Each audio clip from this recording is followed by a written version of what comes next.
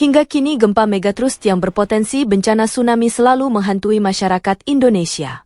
Terkini, ada kabar bahwa 3 kabupaten di daerah istimewa Yogyakarta, DIY, berpotensi terjadi tsunami jika gempa megatrust benar-benar terjadi, yakni Kabupaten Gunung Kidul, Bantul dan Kulon Progo. Sebab, 3 wilayah ini berada di pesisir selatan. 3 wilayah ini yang terdampak kalau seandainya terjadi tsunami. Kalau gempanya, semua wilayah pasti terdampak, kata Noviar Rahmat, Kepala Pelaksana BPBD DIY, Selasa, 3 September 2024. Sebab, berkaca dari gempa berkekuatan magnitudo 5,8 pada 26 Agustus lalu, titik epicentrum berada di jalur megatrust yaitu barat daya Gunung Kidul dengan kedalaman 32 km. Berdasarkan hasil identifikasi BPBD, total ada 107 bangunan rumah DIY yang rusak ringan.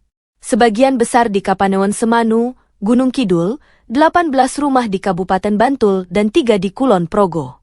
Noviar menyebut, pihaknya tidak perlu mengeluarkan surat edaran terkait ancaman megatrust seperti yang dikeluarkan oleh pemerintah Provinsi Jawa Tengah.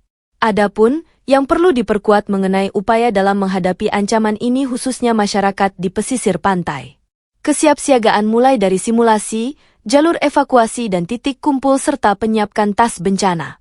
Pada 2023 lalu, masyarakat di sepanjang Pantai Glagah, Kabupaten Kulon Progo meliputi 6 kelurahan sudah dibekali simulasi dengan pemasangan jalur evakuasi.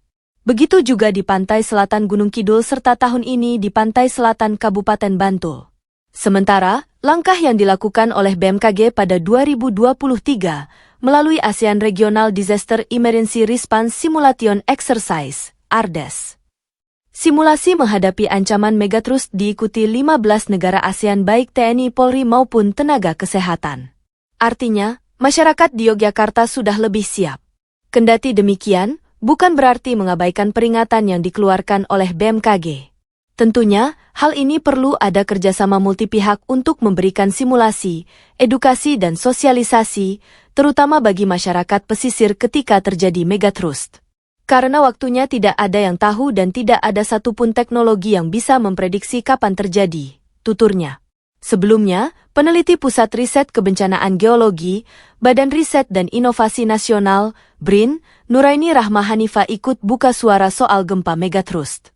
Hal ini Nuraini sampaikan dalam gelar wicara tentang megatrust yang diikuti secara daring di Jakarta, Jumat, 30 Agustus 2024. Dia menyatakan tidak ada waktu pasti soal kapan gempa megatrust terjadi di Indonesia. Jika ada informasi tentang tanggal, bulan, dan tahun kapan gempa akan terjadi maka bisa dipastikan itu hoaks, tapi kalau peristiwa megatrust memang benar ada. Bisa terjadi, kapan? Mau 5 menit lagi, 100 tahun lagi, itu bisa terjadi, tuturnya. Meskipun belum dapat diprediksi secara spesifik, Nuraini memaparkan bencana gempa besar seperti megatrust bisa terjadi lagi di waktu yang akan datang, karena bencana tersebut pernah ada di wilayah Indonesia sejak zaman dahulu. Adapun, lokasi bencana ini diperkirakan bisa terjadi di sebelah barat Pulau Sumatera hingga selatan Pulau Jawa, mengingat daerah tersebut merupakan daerah pertemuan antara lempeng Eurasia dan lempeng Indo-Australia yang rawan akan guncangan. Nuraini juga memaparkan adanya siklus tertentu pada gempa-gempa besar, seperti gempa megatrust. Dia menyebut semakin besar gempanya, maka akan semakin lama juga siklusnya. Menurut dia, gempa besar yang melanda Aceh yang terjadi pada 2004 yang lalu memiliki siklus hingga 600 tahun sekali. Meski demikian, siklus tersebut hanya berlaku di titik gempa yang sama, sehingga masing-masing titik memiliki siklus gempanya masing-masing. Pergerakan lempeng itu bisa kita ukur, besar energi juga, tapi bagaimana caranya dilepaskan kita gak tahu. Jadi bisa saja dilepaskan seperti gempa Pangandaran yang, kekuatannya, kecil-kecil, bisa juga besar seperti gempa Aceh, ujarnya. Nuraini melanjutkan, masing-masing tempat juga memiliki pergeseran. Sebagaimana Pulau Jawa yang memiliki potensi pergeseran lempeng bumi rata-rata sebesar 6 cm per tahun, dengan siklus gempa yang diperkirakan terjadi setiap 400–600 tahun sekali, serta potensi pergeseran lempeng yang bisa dikeluarkan secara bertahap maupun secara sporadis. Kalau 400 tahun dikali 6 cm maka 24 M-nya. Kalau 24 M itu dia mau gerak sekaligus. Kita sudah menghitung, kita mendapatkan angka. Potensi gempa pada skala 8,8 magnitudo. Itu kalau satu segmen Selat Sunda. Tapi kalau satu segmen Pulau Jawa, maka dia berada pada 9 magnitudo. Mirip seperti gempa Aceh dan Jepang, ungkapnya. Namun demikian, dengan kekuatan gempa yang sama seperti di Aceh, Nuraini menyoroti Jepang memiliki korban jiwa yang lebih sedikit, yaitu sekitar 1/10 dari korban jiwa yang ada di Aceh.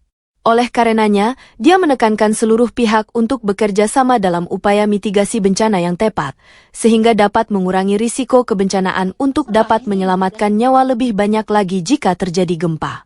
Seperti dikutip dari laman BMKG, bahwa informasi terkini tentang potensi gempa megatrust di beberapa zona di Indonesia yang dirilis Badan Meteorologi, Klimatologi, dan Geofisika, BMKG, bukan sebuah peringatan dini, apalagi bermaksud menakut-nakuti, melainkan sebagai pengetahuan yang harus diketahui agar kita siaga. Download Tribun X sekarang, menghadirkan lokal menjadi Indonesia.